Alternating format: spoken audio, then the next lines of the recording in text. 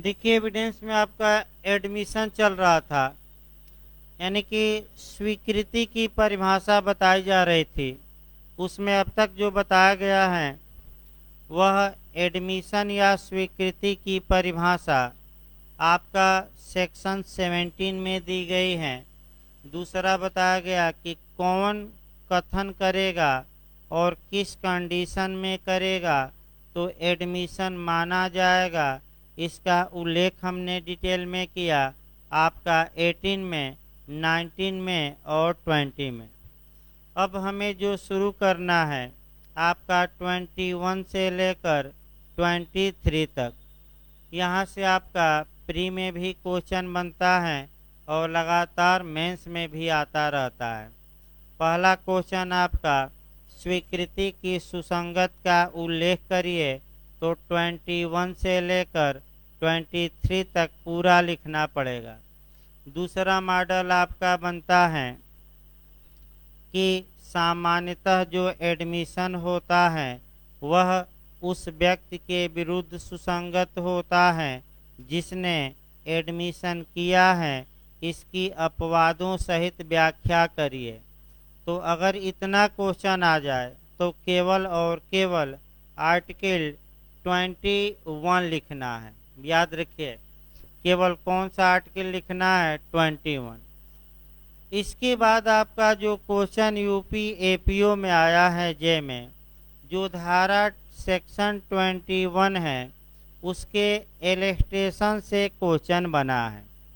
और ज़्यादातर जो लोग गलती करते हैं वह आपका एलिस्टेशन नंबर पहले से ही गलती होती है, यानी कि फर्स्ट से।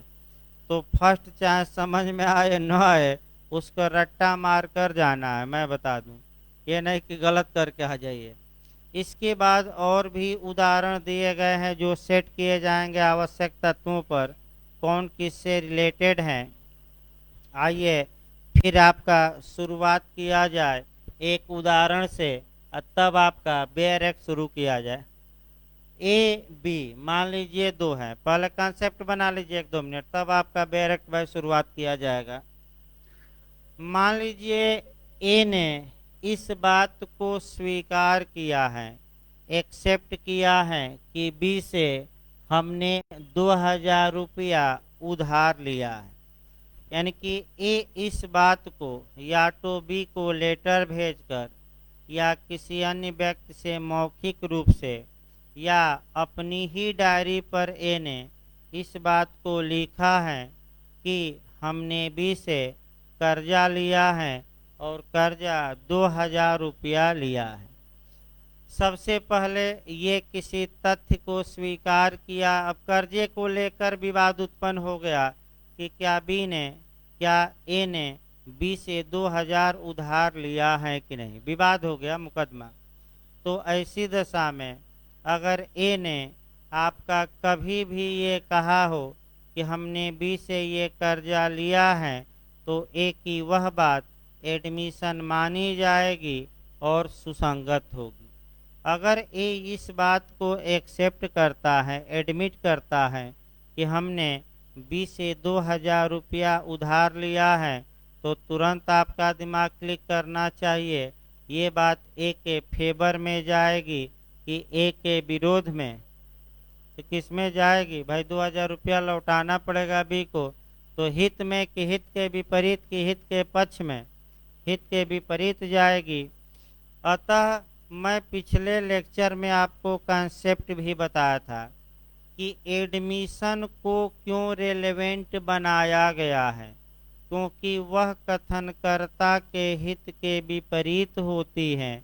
और फिर मैं बताया कि जब भी कोई व्यक्ति अपने हित के विरुद्ध बातें करता है तो ये कानून मानता है कि सामान्यतः वह बातें सत्य होंगी, ट्रू होंगी, तभी तो अपने विरोध में कुछ बातें किया है, नहीं तो फेवर में भी कर सकता था।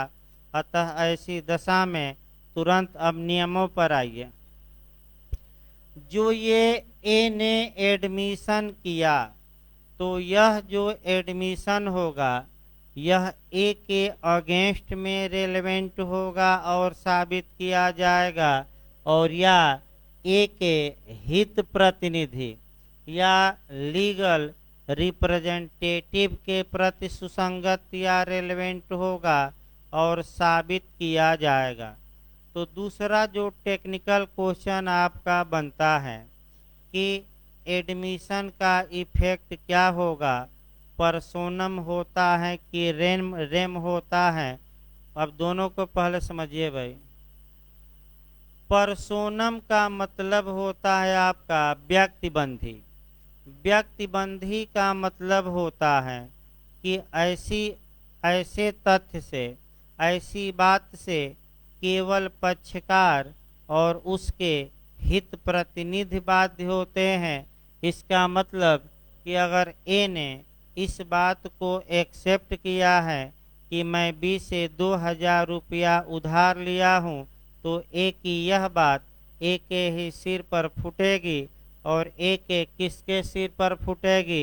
हित प्रतिनिधि या विधिक प्रतिनिधि। तो एक बना लिया जाए, कौन हित प्रतिनिधि हो गया? सी।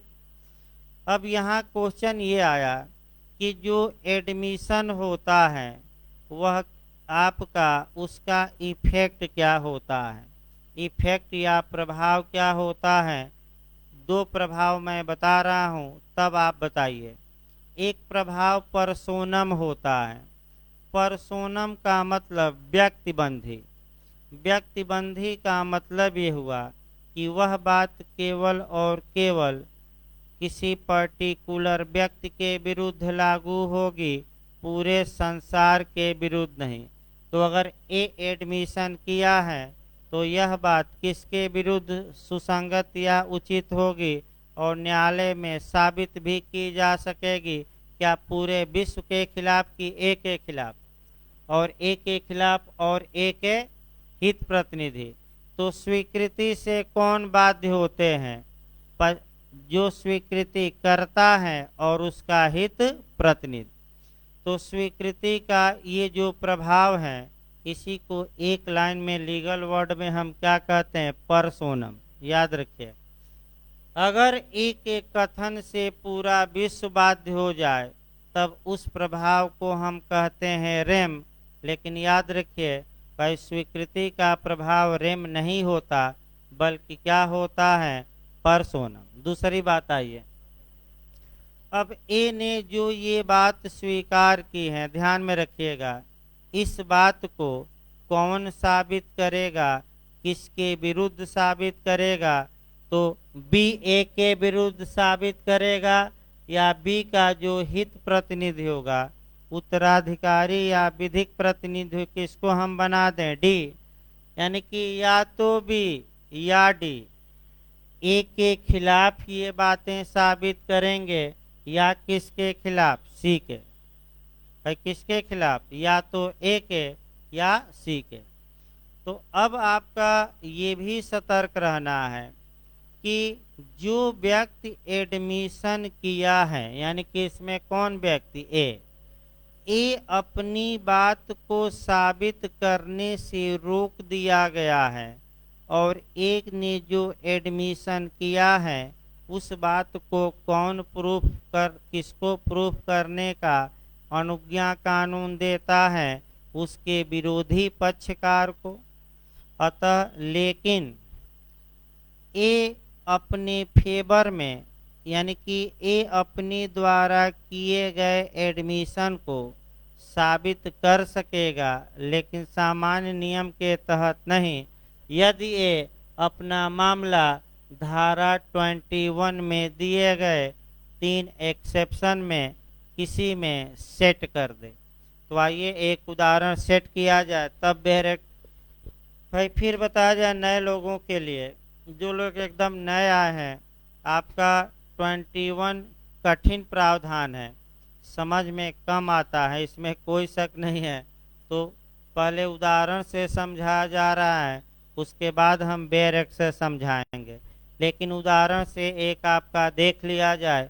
देखिए उदाहरण इसी में भाई, मान लीजिए कि ए ने अपनी डायरी में लिखा है कि मैंने बी को 2000 रुपया उधार दिया है। तो कानून सामान्य नियम ये है कि ए अपनी इस बात को कोर्ट में साबित नहीं कर पाएगा, क्योंकि जो व्यक्ति एडमिशन करता है जनरली वह व्यक्ति अपने एडमिशन को कोर्ट में साबित करने से रोका गया है। इसका जुरिस्प्रूडेंशियल बेस ये है कि अगर ये इजाज़त दे दी जाए तो प्रत्येक व्यक्ति झूठी कहानियाँ कहेंगे, झूठा आपका या फाल्स एडमिशन करेंगे और उसी झूठी एडमिशन को कोर्ट में ले जाएंगे और कहेंगे कि हमने तो ये कहा था कि भी हमारा 2000 रुपया क्या किया है।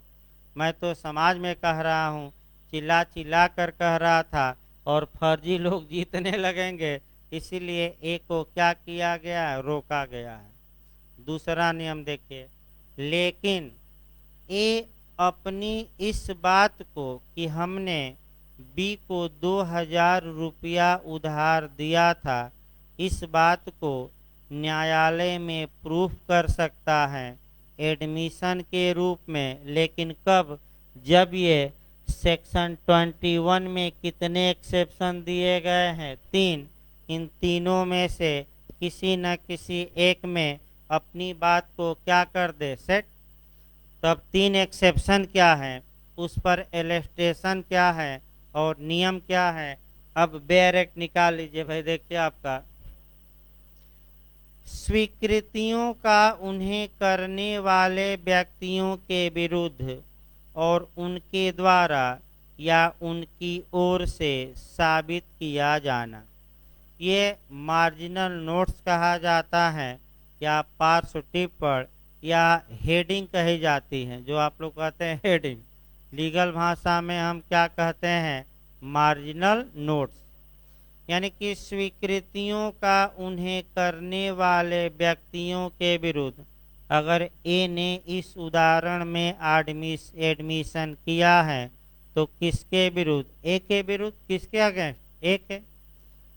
और उनके द्वारा या उनकी ओर से साबित किया जाना, उनके द्वारा या उनकी ओर से, यानी कि इसका मतलब ये हुआ, ध्यान से समझिएगा, या ए के अगेंस्ट में प्रूफ किया जा सकता है तो कौन ए के अगेंस्ट में प्रूफ करेगा, बी। या दूसरा शब्द जो महत्वपूर्ण है कि उनके द्वारा या उनकी ओर से, यानी कि ए द्वारा या ए की ओर से। तो ए का पुत्र बना लीजिए कौन, सी। तो क्या ए या सी, यानी कि ए का लीगल रिप्रेजेंटेटिव क्या ए द्वारा की गई स्वीकृति को प्रूफ कर सकेगा कि नहीं, कर सकेगा। लेकिन कब? जबकि 3 अपवादों में कहीं क्या कर दे, सेट, समानता नहीं। अब इसको देखिए, बेयर एक्ट की भाषा एक एक शब्दों को तोड़ा जब भाई, तब आपका कुछ नियम और निकलेगा। देखिए, स्वीकृतियां उन्हें करने वाले व्यक्ति के या उनके हित प्रतिनिधि के विरुद्ध सुसंगत हैं और साबित की जा सकेंगी। अब उदाहरण आपके पास मौजूद है। ए ने अगर एडमिशन किया है तो आप लोग बताइए, ये जो ए द्वारा किया गया एडमिशन है यह किसके विरुद्ध साबित सुसंगत होगा और साबित किया जा सकेगा, ए के विरुद्ध। किसके विरुद्ध, ए के। अब प्री में बना है कि सुसंगत होगा, साबित किया जा सकेगा, सुसंगत होगा और साबित किया जा सकेगा, इनमें से कोई नहीं। तो सतर्क रहना है, क्या मार कर आना है, सुसंगत होगा यानी कि उचित होगा और साबित किया जा सकेगा यानी कि प्रूफ किया जा सकेगा।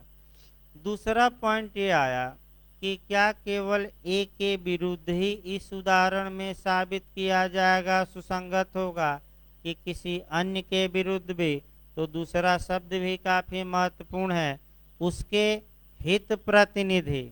तो हमने ए का हित प्रतिनिधि किसको बना रखा है उदाहरण में, सी को। यानी कि अब टोटल आइए, ए ने जो एडमिशन किया है वह ए के विरुद्ध भी और उसके हित प्रतिनिधि दोनों के विरुद्ध रेलेवेंट या उचित होगा और दोनों के विरुद्ध न्यायालय में क्या किया जा सकेगा, साबित। ये याद रखना है पूरा आपका। तो प्रभाव अब यहाँ से उठाना है कि इफेक्ट अभी हम बताए थे, इफेक्ट पर्सोनम हुआ कि रेम हुआ, पर्सोनम व्यक्ति बंधी। अगला शब्द देखिए, हाँ, किंतु उन्हें करने वाले व्यक्ति द्वारा या उसकी ओर से या उसके हित प्रतिनिधि द्वारा। अब इसी उदाहरण में चलिए, पर किंतु उन्हें करने वाले व्यक्ति द्वारा, तो आप लोग बताइए इस उदाहरण में एडमिशन कौन किया है, ए या उसकी ओर से, माने ए की ओर से, या ए के हित प्रतिनिधि द्वारा। आपका अगला शब्द देखिए, निम्नलिखित अवस्थाओं में के सिवाय उन्हें साबित नहीं किया जा सकेगा। इसका मतलब ये हुआ कि निम्नलिखित अवस्थाएं यानी कि कितनी कंडीशन दी गई है, 3। इसका मतलब समझिए फिर, अगर ए या ए की ओर से कोई अन्य व्यक्ति या ए का हित प्रतिनिधि ए द्वारा की गई स्वीकृति को न्यायालय में साबित करना चाहता है, तो नीचे कंडीशन दी गई है और मैं लगातार बता रहा हूँ कितनी कंडीशन, 3। और इन 3 कंडीशनों में ए का मामला आएगा, तभी ए या ए की ओर से कोई अदर या ए का हित प्रतिनिधि ए द्वारा की गई स्वीकृति को न्यायालय में प्रूफ कर पाएगा। तो आखिर कंडीशन क्या है, उन्हीं कंडीशनों को देखना है।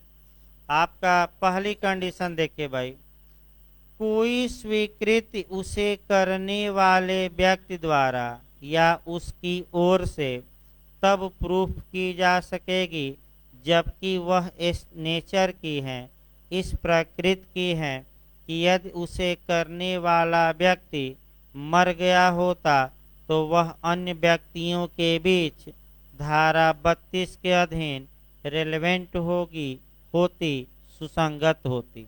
अब अच्छे से इसको समझिए, यानी कि कोई एडमिशन किया गया और आपका ये चाहता है कि हम अपने द्वारा की गई स्वीकृति को कोर्ट में साबित कर दें, या ए का उत्तराधिकारी चाहता है, तो पहला आपका पॉइंट ये बताता है कि अगर ए इस बात को न्यायालय में साबित कर दे कि हजूर हमने जो एडमिशन किया है, यदि मैं मर गया होता तो ये जो एडमिशन है ये सेक्शन 32 के तहत अन्य व्यक्तियों के बीच में रेलेवेंट होता।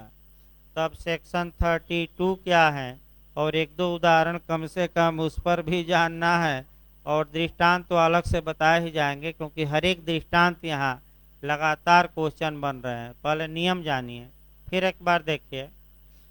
अब 32 सेक्शन में 8 ऐसी कंडीशन दी गई हैं जहाँ की कोई व्यक्ति मर गया हो, मिल नहीं सकता, आपका दूर चला गया हो, लेकिन सब में नहीं, यहाँ एक ही शब्द लिखा गया है, दूर जाने से मतलब नहीं है, बल्कि ये लिखा हो कि जिस अगर मैं कथन ये किया हूँ, अगर मैं क्या होता, मर गया होता, तो ये कथन हमारा 32 के किसी न किसी एक क्लाज में क्या हो जाता, सेट हो जाता। अतः ऐसी दशा में हमारा मामला पहला अपवाद में आ रहा है, अतः मुझे मेरे द्वारा की गई स्वीकृति को साबित करने दिया जाए फेवर में अपने। अब एक उदाहरण इस पर बनाना है, देखिए ध्यान से भाई। एडमिशन ए एक अपनी डायरी लिखता है, डायरी में डायरी कांड देख लिया जाए, आगे बताना भी है 34 में, कई डायरियों का राज खोलना है। ए अपनी अकाउंट या लेखा बही या हिसाब किताब की कॉपी में यानी कि डायरी में कारोबार के अनुक्रम में in the course of business हिसाब किताब लिखा है, और 1 जनवरी को लिखा है कि मैं बी को 5,000 रुपया सामान उधार दिया हूँ, यानी कि 5,000 रुपये का सामान दिया हूँ, ए ने ये लिखा है।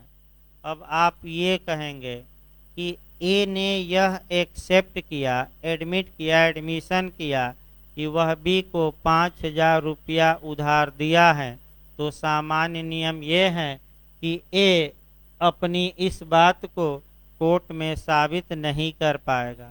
अगर ए चाहता है कि हमने डायरी में ये बात लिखी, कोर्ट में हम इसको प्रूफ कर दें, तो आपका 3 अपवाद हैं, कहीं ना कहीं सेट करना पड़ेगा, तो सेट कराइए कहीं। तो सेट हम करा रहे हैं 32 के किस क्लाज में, 2 में।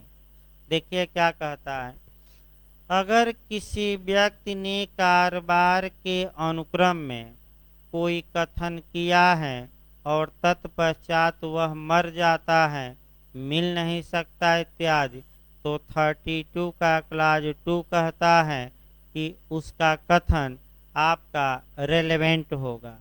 तो ये दिखा सकता है कि हजूर हमने अपनी डायरी में ये बात लिखी, और अगर मैं लिखने के बाद मर गया होता, वो तो सौभाग्य कहिए कि अब तक क्या हूँ मैं जिंदा। अगर मैं मर गया होता तो ये जो मेरा डायरी की बातें हैं सेक्शन 32 के किस क्लाज में रेलेवेंट होती, 2 में, और मैं जिंदा हूँ, तो इसको हमें साबित करने दिया जाए। ये पहला अपवाद हुआ। दूसरा अपवाद आपका देखिए, मन या शरीर की दशा, स्टेट ऑफ माइंड और स्टेट ऑफ बॉडी। देखिए दूसरा अपवाद भाई, अभी हम दृष्टांत बताएंगे, पहले देखिए दूसरा अपवाद क्या कहता है। कोई स्वीकृति उसे करने वाले व्यक्ति द्वारा या उसकी ओर से तब प्रूफ की जा सकेगी जबकि वह मन की या शरीर की सुसंगत या विवाद किसी दशा के अस्तित्व का ऐसा कथन है। यानी कि सबसे पहले आपको कोरिलेट कर लेना है स्टेट ऑफ माइंड, मन की दशा, और स्टेट ऑफ बॉडी, यानी कि शरीर की दशा। ध्यान से अब देखिए, आपका जो लोग थोड़ा मैंने 10-15 दिन से पढ़ रहे हैं भाई, उनको बताया गया था कि जो मन की दशा है, शरीर की दशा है, शारीरिक संवेदना है, ये आपका सेक्शन 14 में क्या किया गया है, रेलेवेंट बनाया गया है। जो मन की दशा होनी चाहिए वह जनरल होनी चाहिए कि स्पेसिफिक होनी चाहिए। क्या बताया गया था, सामान्य की विशिष्ट, भाई बताया गया था ना, विशिष्ट। यानी कि फिर एक बार देखिए, ए पर आरोप है कि वह उसके जो 50 कुत्ते हैं और उसके 50 कुत्ते लोगों को काटते हैं, तो ये मन की कैसी दशा एक ही है, सामान्य की विशिष्ट, और ये साक्ष्य में रेलेवेंट नहीं है। अब कुत्ता नंबर 1, यानी कि पहला कुत्ता नंबर 1 एक बी को काटा, बी ने ऐसे शिकायत की, वहीं कुत्ता सी को काटा, वहीं कुत्ता डी को काटा, तो यहाँ जो कुत्ता है 50 नहीं है बल्कि स्पेसिफिक कुत्ता है, कुत्ता नंबर 1, तो ये जो मन की दशा है यह रेलेवेंट होगी।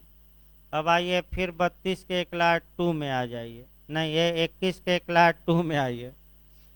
अगर किसी व्यक्ति ने कोई स्टेटमेंट दिया है, भाई कई इसमें पॉइंट है, एक नहीं, लाने के लिए तमाम पापड़ बेलने पड़ते हैं। देखिए एक शब्दों को, सबसे पहला ये है कि मन या शरीर की सुसंगत या विवादित दशा के अस्तित्व के बारे में किसी ने कथन किया हो, अपने मन की दशा या शरीर की दशा के बारे में। दूसरा ये है कि कथन उस समय या उसके नियर एबाउट होना चाहिए जब मन की वह दशा या शरीर की वह दशा विद्यमान थी। और तीसरा आपका कथन ऐसे कंडक्ट के साथ होना चाहिए, कथन ऐसे आचरण के साथ होना चाहिए जो ये दर्शाते हों कि ये जो कथन है ये पूरी संभावना है कि असत्य नहीं होगा, यानी कि क्या असत्य नहीं होगा तो पूरी संभावना किसकी हो गई, सत्य होने की। अब पूरा कहानी फिर एक बार देखिए, उदाहरण 2-3 बताया जाएगा। मन या शरीर की दशा के बारे में कथन किया हो। कथन किस समय किया हो, जब मन या शरीर की दशा क्या थी, विद्यमान। और मन या शरीर की दशा के बारे में जो स्टेटमेंट दिया है, आपका स्टेटमेंट जो दिया है उसके साथ वह कंडक्ट भी दर्शाया हो, आचरण भी। और आचरण ऐसा, कथन ऐसा हो जिसमें कि ये पूरी संभावना हो कि ये कथन झूठा नहीं होगा बल्कि क्या होगा, सत्य। एक उदाहरण देखिए, मान लीजिए बीमा कंपनी आई, और बीमा कंपनी जब आई तो एक व्यक्ति बीमार था, अन्य लोगों से कह रहा था कि हम बीमार हैं, यानी कि हमारी शरीर की दशा सही नहीं है, लेकिन बीमा कंपनी से झूठ बोल दिया कि हम क्या हैं, सत्य। तो तुरंत बीमा कंपनी जाएगी कोर्ट में और कहेगी कि हजूर देखिए, जिस समय बीमा कराया जा रहा था इनकी तबीयत क्या थी, खराब थी, 2-4 दिन में मर जाते, और ये हमें बताए नहीं, लेकिन आम जनता को घूम घूम कर क्या कर रहे थे, बता रहे थे, और ये बात इनके विरोध में जाती है। अतः ये साक्ष्य हमारा क्या करिए, स्वीकार। और ये तो सुख खुद स्वीकार कर ले रहे हैं कि हमने ये एडमिट किया। तो आपका उदाहरण अभी बताया जाएगा, पहले आइए तीसरा देखा जाए। एक सेक्शन 21 का आपका तीसरा क्लास काफ़ी महत्वपूर्ण है, और यहाँ नज़र कम लोगों की पड़ती है, आयोग की भी कम पड़ी है, लेकिन याद रखिए जहाँ आपकी नज़र नहीं जाती वहीं आजकल आयोग क्वेश्चन बना रहा है। पहले शब्द देखिए, लेकिन बहुत महत्वपूर्ण है। कोई स्वीकृति उसे करने वाले व्यक्ति द्वारा या उसकी ओर से साबित की जा सकेगी यदि वह स्वीकृति के रूप में नहीं किंतु अदरवाइज या दूसरे प्रकार से या अन्यथा सुसंगत हो। इसको थोड़ा समझने का प्रयास करिए भाई, क्योंकि यहाँ से वर्तमान में आपका क्वेश्चन बनने का पूरा चांस है। देखिए ध्यान से, अब ध्यान से आप पहले देखिए एक उदाहरण। ए ने एडमिशन किया, तो ए भाई साबित नहीं कर पाएगा। ए पहले अपवाद में भी अपना मामला नहीं ला पाया, जो दूसरा हमने मन या शरीर की दशा के बारे में अपवाद बताया उसमें भी नहीं ले पाया। तो ऐसी दशा में तीसरा पॉइंट क्या कहता है कि ए ने जो कथन किया है वह कथन वह एडमिशन के रूप में, स्वीकृति के रूप में न्यायालय में पेश ही न करे। ध्यान से समझिए, यानी कि ये अपने कथन को जो एडमिशन है, एडमिशन के रूप में सेक्शन 21 में पेश न करे। तो जब न करे तो ए अपने इस कथन को अन्यथा सुसंगत बना दे। अन्यथा का मतलब ये हुआ कि वह अपनी बातों को 5 से लेकर 55 तक की जो धाराएं हैं कहीं और सेट कर दे, एडमिशन के रूप में नहीं बल्कि किस रूप में, दूसरे रूप में। फिर इसको समझिए, थोड़ा कठिन जरूर है आपका, इसके बाद आसान सब आएगा। यही एक कठिन थोड़ा धारा भी है, समझने में थोड़ा दिक्कत आती है भाई।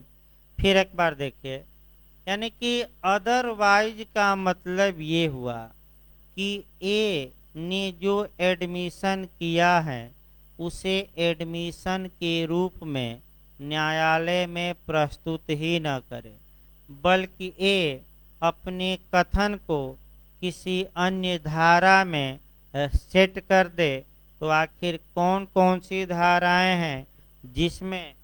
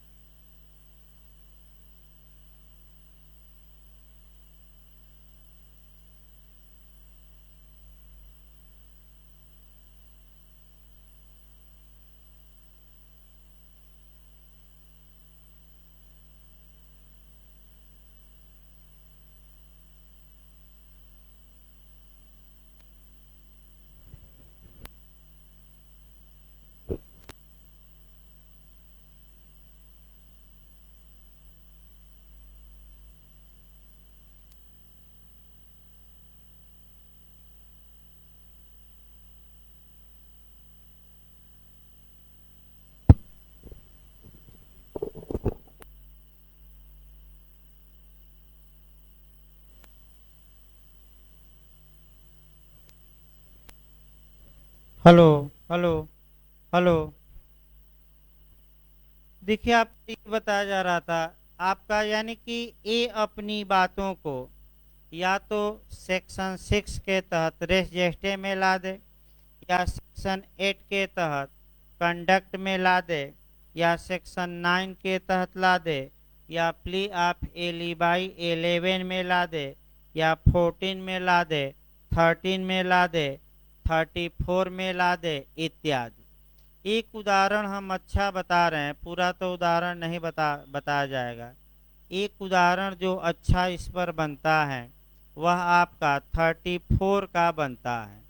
और 34 को आप फिर समझिए, तब इसको दो तीन जगह से अन्यथा शब्द को कोरिलेट भी करना है। और एक क्वेश्चन आपका अदरवाइज पर निश्चित आपका बन रहा है वर्तमान में। देखिए पहले, यानी कि ए ने अपनी डायरी में, ध्यान से समझिए, इस बात को लिखा कि मैं बी को 5,000 रुपया उधार दिया हूँ। तो पहला ये आया कि यह डायरी में लिखी गई बातें हैं और कारोबार के अनुक्रम में है। तो ए तो ये दिखा सकता है कि अगर मैं मर गया होता तो 32 में ये बातें क्या होती, रेलेवेंट। एक और उपाय है, ए एडमिशन के रूप में इसे प्रस्तुत न करे और जाकर किस धारा का सहारा ले, एविडेंस के 34, कि हजूर हम इसे एडमिशन के रूप में प्रस्तुत नहीं कर रहे हैं, बल्कि हम अकाउंट या लेखा बही के रूप में प्रस्तुत कर रहे हैं। यानी कि कारोबार के अनुक्रम में, in the course of business में, हमने अपने बही खाते अकाउंट में, लेखा बही में कुछ बातें लिखी थी। वे बातें सेक्शन 34 में क्या हैं, रेलेवेंट हैं, मेरे जिंदा रहते हुए रेलेवेंट हैं। अतः इसे एडमिशन न माना जाए, बल्कि हमारे कथन को किस धारा में सुसंगत माना जाए, 34। अब अदरवाइज को थोड़ा बहुत दो चार लाइन जोड़िए। अदरवाइज से कैसे क्वेश्चन बनते हैं। अदरवाइज जो शब्द ये लिखा गया है, इसका मतलब हुआ किसी अन्य प्रकार से, किसी दूसरे माध्यम से, किसी दूसरे ढंग से। और इसको आपका 3-4 जगह से जरूर कोरिलेट करके पढ़िएगा। आपका देखिए कहाँ कहाँ कोरिलेट करना है। आपका संविधान का अनुच्छेद 356 जो अभी बिहार में पूछा गया था, संविधान का कौन सा अनुच्छेद कोरिलेट करना है, 356, ये बिहार में आया था। इसके बाद आपका एक CRPC 190(1)C, भाई लिख दें आगे, ये CRPC की धारा है। ये किसका अनुच्छेद है, संविधान का। इसके बाद CPC का एक बता दिया जाए, जो अभी पिछली बार UPJ में आ चुका है, आदेश 20 का, नियम 19 का, रूल 3 केवल हम बताते हैं उदाहरण। आदेश 20, रूल 19 का उपनियम कौन सा, सब रूल 3 केवल हम कोरिलेशन बताते हैं, ध्यान से समझिए। संविधान के अनुच्छेद, अभी बिहार में भाई फिर बताया जाए, पूछा गया था, कई लोग गलत करके आ गए थे। संविधान के अनुच्छेद 356 में भी देखिए क्या कहा गया है। किसी राज्य में राष्ट्रपति शासन की बात की गई है, तो आपका बेयर एक्ट बताता है कि यदि भारत के राष्ट्रपति को, प्रेसिडेंट को यह बिलीव हो जाए, यह समाधान हो जाए, तो आपका कैसे समाधान हो जाए, या तो गवर्नर या राज्यपाल की रिपोर्ट पर, या अदरवाइज यानी कि अन्यथा। तो बिहार में ये पूछा गया था कि राष्ट्रपति को जो समाधान होता है, किसकी रिपोर्ट पर समाधान होता है, संसद की, सुप्रीम कोर्ट की, राज्यपाल की, उपर्युक्त सभी की, तो किसकी संस्तुति पर, राज्यपाल। अब शब्द आपका जो पकड़ना है कि राष्ट्रपति शासन लगाया जा सकता है, राज्यपाल की रिपोर्ट पर अन्यथा समाधान होने पर दोनों इनमें से कोई नहीं तो दोनों मार कराइएगा। अदरवाइज इसलिए शब्द रखा गया कॉन्स्टिट्यूशन में कि हो सकता है कि गवर्नर और मुख्यमंत्री आपस में साठ गांठ कर ले। साठ गांठ मतलब कि आपस में मिल जाए और किसी राज्य में कार्यपालिका कानून संविधान का घोर वायलेशन करे और राज्यपाल मौनी बाबा जैसे क्या रहे, मौन रहे, तो क्या राष्ट्रपति को अगर किसी भी तरीके से ये पता लग गया कि इस राज्य का प्रशासन क्या हो गया है विफल, तो राष्ट्रपति शासन लगा सकता है कि नहीं लगा सकता है। तो कहाँ से ये शब्द निकला कि अदरवाइज, मैंने राष्ट्रपति को अन्य किसी भी प्रकार से क्या मिलने पर जानकारी। अदरवाइज आपका सीआरपीसी में पूछ सकता है, पूछा नहीं गया है। आपका देखिए कैसे पूछा जाता है कि अपराधों का कॉग्निजेंस या संज्ञान लेने के लिए अवशेषी प्रावधान, अवशिष्ट प्रावधान, रिजुडियरी प्रावधान कहाँ है। ऐसा क्वेश्चन नया बन सकता है, बना नहीं अभी। तो आप कहेंगे 190(1)(c) में, यानी कि मजिस्ट्रेट सुमोटो से स्वप्रेरणा स्वयं के ज्ञान या किसी या अन्यथा मतलब किसी भी व्यक्ति से प्राप्त जानकारी के आधार पर अपराध का कॉग्निजेंस ले सकता है। तो आपका ये अदरवाइज शब्द यहाँ भी मिलता है जो सबसे ताकतवर भी है। फिर अदरवाइज शब्द आपका यूपीजे में आया इक्विटेबल सेट ऑफ, यानी कि सामयिक मुजराई या सामयिक मुजरा का प्रावधान कहाँ किया गया है।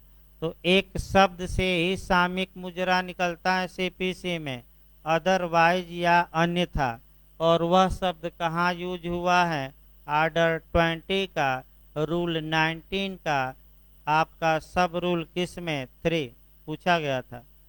एक और क्वेश्चन आपका आईपीसी में पूछा गया था एमपी में कि जो 511 सेक्शन आईपीसी का है वह कैसी धारा है। एक रिजुडियरी प्रावधान है, वहाँ भी अन्यथा शब्द आया है, जाकर एक बार देखिएगा। अदरवाइज रिजुडियरी का मतलब ये हुआ कि अगर अलग से कहीं प्रयत्न को दंडनीय नहीं बनाया गया है तब आईपीसी का सेक्शन 511 काम करेगा, अन्यथा काम नहीं करेगा। तो आइए, यानी कि फिर एक बार बैक होइए। सेक्शन 21 का एक्सेप्शन नंबर जो 3 है आपका स्वीकृति की सुसंगतता के बारे में रिजुडियरी प्रावधान, अवशेषी प्रावधान, अवशिष्ट प्रावधान करता है। ये याद रखिए, अवशिष्ट अवशेषी, यानी कि कहीं भी एडमिशन रिलेवेंट न हो तो आप कहाँ सेट कर सकते हैं, आपका 21 के 21 अपवाद में 3 में। अब आपका अवशेषी धाराएं जितनी हैं सुसंगतता के बारे में एविडेंस में सेक्शन 11 है, पूछा गया है। तमाम धाराएं हैं, अब 3-4-5 उदाहरण पर्याप्त हैं। अब आइए एलेस्टेशन देखिए, और एलेस्टेशन से ही जो आपका माने थोड़ा बहुत कन्फ्यूजन होगा वह उदाहरण से और दूर हो जाएगा। देखिए भाई, क और ख के बीच प्रश्न यह है कि अमुक विलेख यानी कि दस्तावेज कूटरचित है या नहीं, यानी कि कूटरचित है या नहीं, यानी कि नकली है कि असली है। पहले उदाहरण बनाया जाए, नहीं तो लोग भ्रम में आ जाएं भाई। ए और बी है, ध्यान समझिए, 2-3 बार क्वेश्चन आ चुका है और ये लोग गलत करके आ जाते हैं। ए बी के बीच न्यायालय में विवाद उत्पन्न हो गया कि ये जो डॉक्यूमेंट हैं, विलेख हैं, डीड हैं, ये कूटरचित हैं कि नहीं, यानी कि असली हैं कि नकली। अब अगला देखिए क्या कौन क्या कह रहा है। आपका को प्रतिज्ञात करता है कि वह असली है। यानी कि ए इस बात को कह रहा है कि ये दस्तावेज क्या है, ट्रू है, सत्य है, असली है, और जबकि बी कह रहा है कि नकली है। नकली माने कूट रचित है, नकली है। अब आप लोग ध्यान से समझिए, क्योंकि भाई यही टेक्निकल क्वेश्चन फंसता है। अर्थात ए ने जो यह बात कही है, एडमिशन किया है कि यह दस्तावेज असली है, तो बताइए क्या ए अपनी इस बात को कोर्ट में साबित कर पाएगा कि नहीं? नहीं। क्यों? क्योंकि जो व्यक्ति एडमिशन किया है कि यह असली है, वह तभी साबित कर पाएगा जब अपना मामला 3 अपवादों में से किसी एक में वह क्या करे, सेट करे।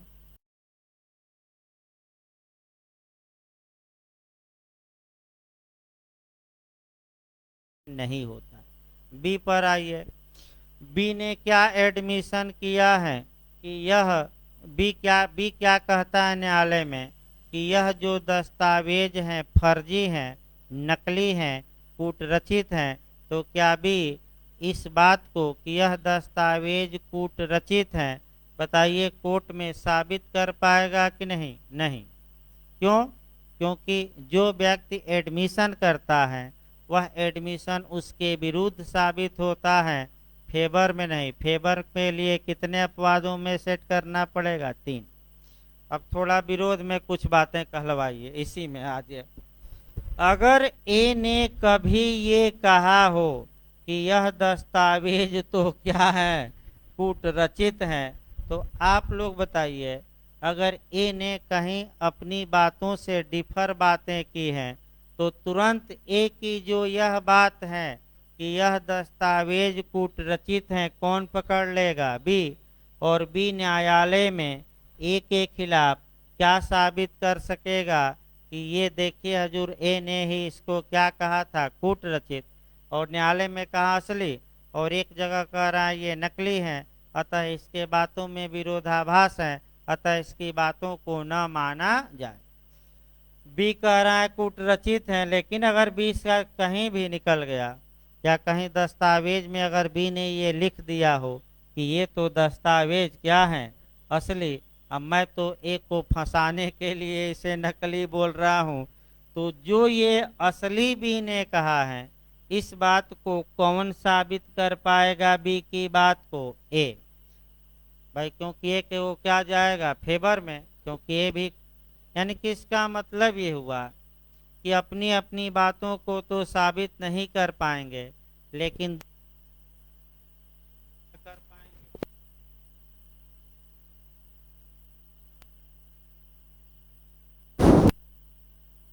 तो हेलो।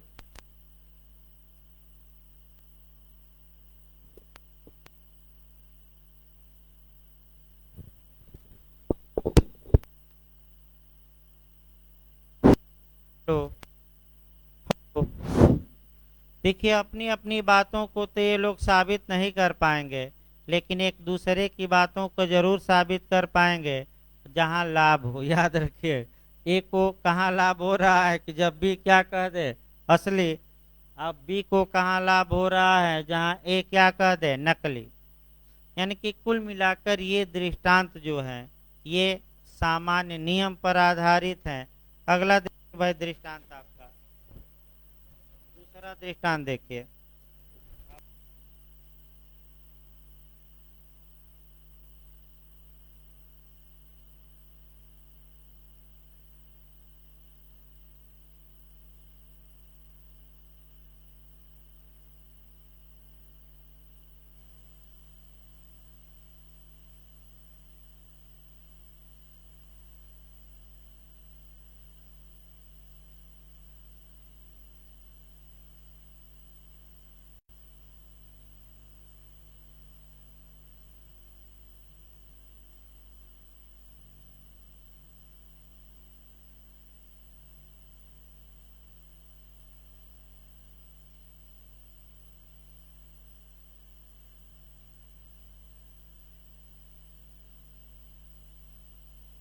Hello hello hello.